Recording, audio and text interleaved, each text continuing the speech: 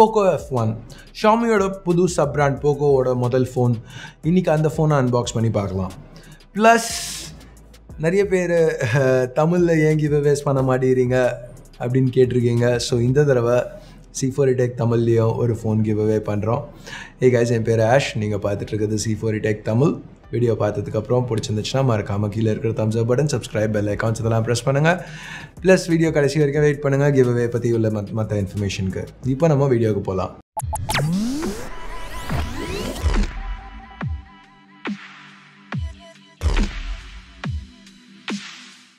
So இதுதான் முதல் தடவை எனக்கு ஒரு பிராண்ட்லேருந்து இந்த மாதிரி மிஸ்ட்ரி பாக்ஸ் கொடுத்துருக்காங்க. ஜென்ரலாக வந்து ரீட்டைல் பாக்ஸ் தான் வரும். இந்த தடவை இந்த மாதிரி கொடுத்துருக்காங்க. அதை ஓப்பன் பண்ணோன்னா உள்ள F1 பாக்ஸ் இருக்க ஒரு சில பிராண்டிங்கும் கொடுத்துருக்காங்க. பார்க்க நல்லா இருக்குது.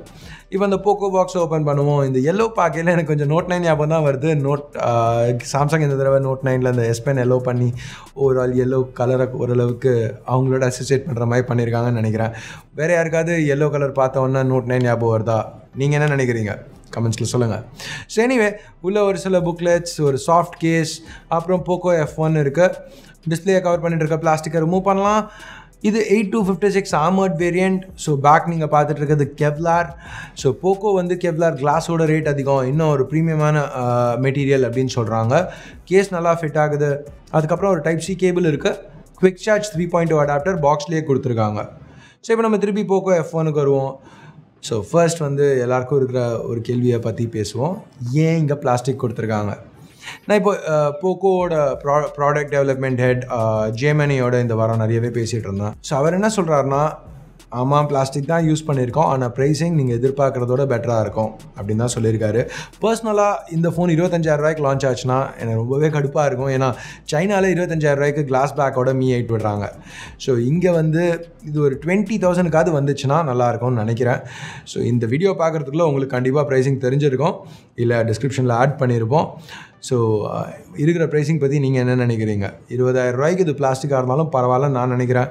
25,000 கண்டிப்பாக வருத்தில்லைன்னு நினைக்கிறேன். பிளாஸ்டிக் யூஸ் பண்ணியிருக்கூடாதுன்னு நினைக்கிறேன். எனிவே, உங்கள் கருத்து என்ன கமெண்ட்ஸில் சொல்லுங்கள். இப்போ அடுத்து நம்ம பிளேஸ்மெண்ட்ஸ் பற்றி பார்ப்போம். பவர் வால்யூம் பட்டன்ஸ் ரைட்டில், ஹெட்ஃபோன் ஜாக் டாப்பில், ஒரு ஹைப்ரிட் ட்ரே லெஃப்ட்டில். ஸோ 2 சிம் இல்லை ஒரு சிம் மைக்ரோ SD யூஸ் பண்ணலாம். ஸோ போக்கோ இங்கே Xiaomi மாதிரி ஹெட்ஃபோன் ஜாக் மைக்ரோ SDலாம் கட் பண்ணாமல் இருக்கிறது ரொம்பவே ஒரு நல்ல விஷயம். பாட்டமில் primary microphone, speaker, USB Type-C port. ஃப்ரண்ட்டில் டாப்பில் போக்கோ நம்ம எல்லாருமே கேட்டுட்ருக்க ஒரு விஷயத்தை கொடுத்துருக்காங்க. நாட்சை பற்றி நான் எங்கள் ஃபேஸில் நான் சொல்கிறது அந்த நாட்சில் இருக்கிற இயர் பீஸ். இது வந்து ஒரு ஸ்பீக்கராக டபுள் ஆகுது. ஸோ ஸ்டீரியோ அவுட்புட் இருக்கும் நீங்கள் வந்து இன்டர்னல் ஸ்பீக்கர் வச்சு ஏதாவது ஆடியோ யூஸ் பண்ணல. ஸோ இனிஷியல் இம்ப்ரெஷன்ஸ் எனக்கு இது ரொம்பவே லவுடாக இருந்துச்சு. ஆடியோ பற்றி பேசல போக்கோ வந்து கேரியர் அக்ரிகேஷன், அதாவது 4G+ சப்போர்ட் ஆஃபர் பண்ணுறாங்க. ஸோ இப்போ 2 பேண்ட்லேருந்து ஒரே சமயத்தில் இது கனெக்ட் ஆக முடியும். ஸோ உங்களுக்கு கால் ட்ராப்ஸோ இல்லை டேட்டா கனெக்ஷனோ எல்லாமே பெட்டராக இருக்கணும். எனிவே, திருப்பி அந்த நாட்ச்க்கு வருவோம். இது வந்து MIUI அப்படியே எடுத்து இங்கே ஃபிட் பண்ணியிருக்காங்க. ஸோ அதே 20 மெகாபிக்சல் F2 கேமரா தான் ஃப்ரண்ட்டில் இருக்குது. ஒரு IR சென்சரும் கொடுத்துருக்காங்க ஃபேஸ் டிடெக்ஷன் பெட்டராக இருக்கிறதுக்கு. நாங்கள் டெஸ்ட் பண்ண வரைக்கும் லோ லைட்டில் கூட நல்லாவே ஒர்க் பண்ணிச்சு. உங்களுக்கு நாட்ச் பிடிக்கலன்னா அதை டர்ன் ஆஃப் பண்ணுறதுக்கு, அதாவது டோட்டலாக பிளாக் ஆக்கிறதுக்கு ஒரு ஆப்ஷன் போக்கோ கொடுத்துருக்காங்க. ஸோ இந்த டிஸ்பிளேன்னு பார்த்தா இது ஒரு 6 inch panel, full HD+ resolution, aspect ratio 18.7/9. இது ஒரு IPS LCD பேனல். MIUI இருக்கிற மாதிரி AMOLED கிடையாது, ஆனால் IPS LCD பேனலாக இருக்கிறதுக்கு நல்லா பிரைட்டாக இருக்குது. வியூயிங் ஆங்கிள்ஸ் நல்லா இருக்குது, பஞ்சியாக இருக்குது, கலர்ஸ் கம்ப்ளைண்ட் பண்ணிக்கிற மாதிரி இல்லை. போக்கோ இதுக்கு Gorilla Glass 3 ப்ரொடெக்ஷனும் கொடுத்துருக்காங்க. பின்னாடி ஒரு டியூவல் கேமரா செட்டப், ஒரு ஃபிங்கர் பிரிண்ட் ஸ்கேனர். இது ஆர்மர்ட் எடிஷனுங்கிறதுனால இதில் கெவ்லார் இருக்குது. ஸோ உங்களுக்கு பிளாஸ்டிக் பிடிக்கலன்னா இதை நீங்கள் வாங்கலாம். போக்கோ வந்து இந்த வேரியண்ட்டும் ரொம்பவே காம்படிட்டிவாக ப்ரைஸ் பண்ணியிருக்கோம், ரொம்ப அக்ரெசிவாக ப்ரைஸ் பண்ண போகிறோம் அப்படிங்கிறாங்க. So 8GB RAM 256GB storage இருக்கிறதுனால இது ஒரு 30,000 கம்மியாக வந்துச்சுன்னா கண்டிப்பாக ரொம்ப நல்லாயிருக்கும் அப்படின்னு நான் நினைக்கிறேன்.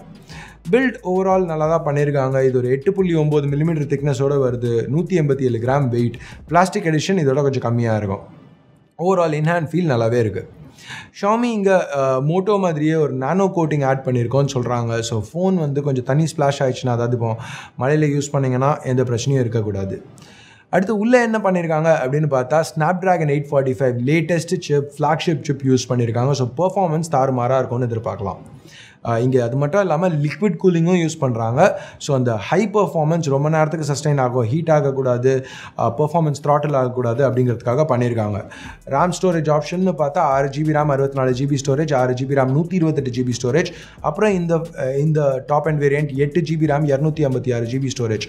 அந்த மாதிரி 3 ஆப்ஷன்ஸ் ப்ளஸ் 3 கலர் வேரியன்ட்ஸ் இது தவிரையும் கொடுத்துருக்காங்க.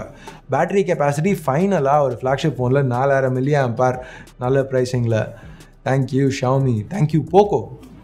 சாஃப்ட்வேர்னு வரையில் ஃபைனலாக திருப்பியும் ஒரு MIUI பற்றி கொஞ்சம் நான் பேசுகிறதுக்கு ஏதாவது கொடுத்துருக்காங்க.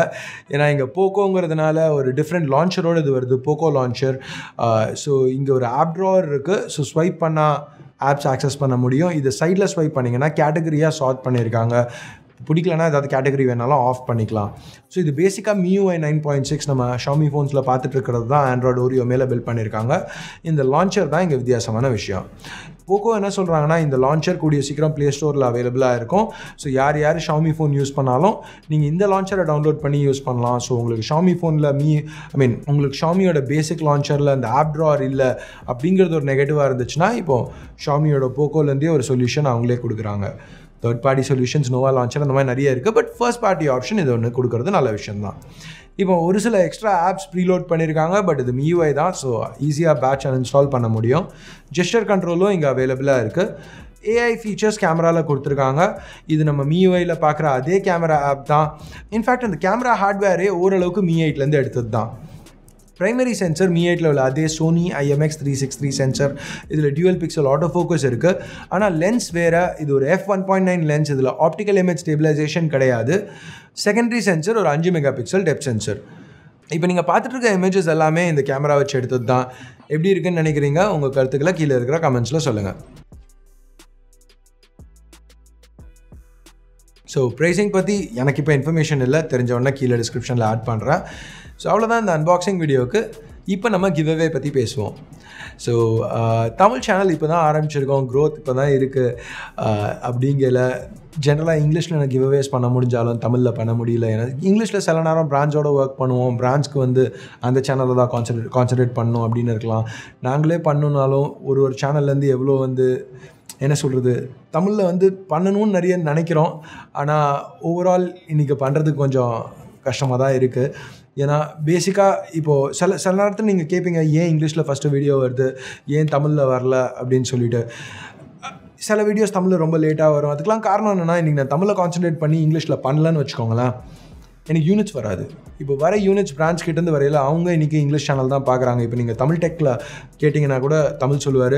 இப்போ நான் தமிழ்கிட்ட பேசல கூட அதே தான் ஜென்ரலாக பேசுவோம். தமிழ் சேனலுக்குன்னு சொல்லி ஏதாவது வாங்குறது ரொம்ப கஷ்டமான விஷயம். ஏன்னா இப்போ பார்க்குறவங்க எல்லாருமே நார்த் இந்தியாவில் இருக்காங்க, பிரான்ச் எல்லாமே மெயினாக அங்கே தான் இருக்குது. அவங்களுக்கு தமிழ் புரியாது. ஸோ என்ன பண்ணுறோங்கிறதே அவங்களுக்கு தெரியாது. ஸோ அவங்கக்கிட்ட இந்த மாதிரி ஒரு சேனல் இருக்குது, நாங்கள் இப்படி பண்ணுறோம் அப்படிங்கிறத கன்வின்ஸ் பண்ணுறது ஒரு கஷ்டமான விஷயம்.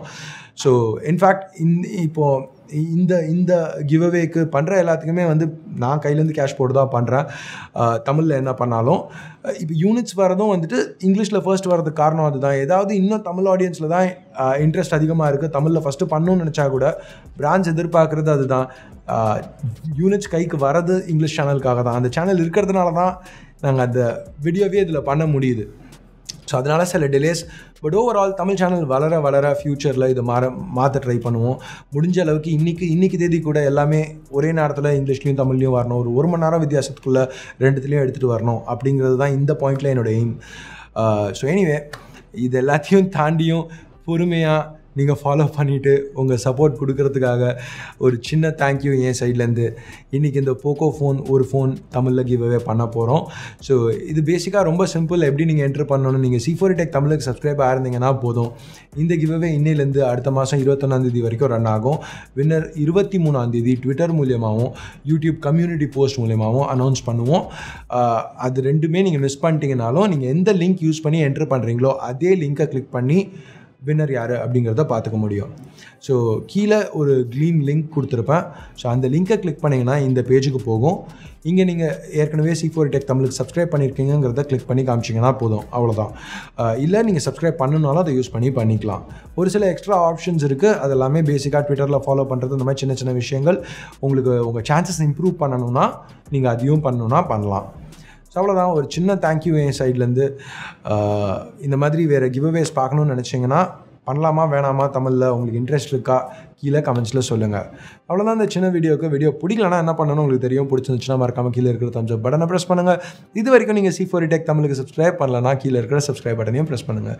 ஏற்கனவே சப்ஸ்கிரைப் பண்ணியிருந்தீங்கன்னா அது பக்கத்தில் ஒரு பெல் ஐக்கான் இருக்கும், அதையும் ப்ரெஸ் பண்ணுங்கள். அப்போ தான் நாங்கள் போடுற வீடியோஸ்க்கு ஃபஸ்ட்டாக உங்களுக்கு அப்டேட்ஸ் வரும். ஸோ அடுத்த வீடியோவில் உங்களை திருப்பி சந்திக்கிற வரைக்கும் என் பேர் ஆஷ், நீங்கள் பார்த்துட்டு இருக்கிறது C4E Tech Tamil. Have a nice day.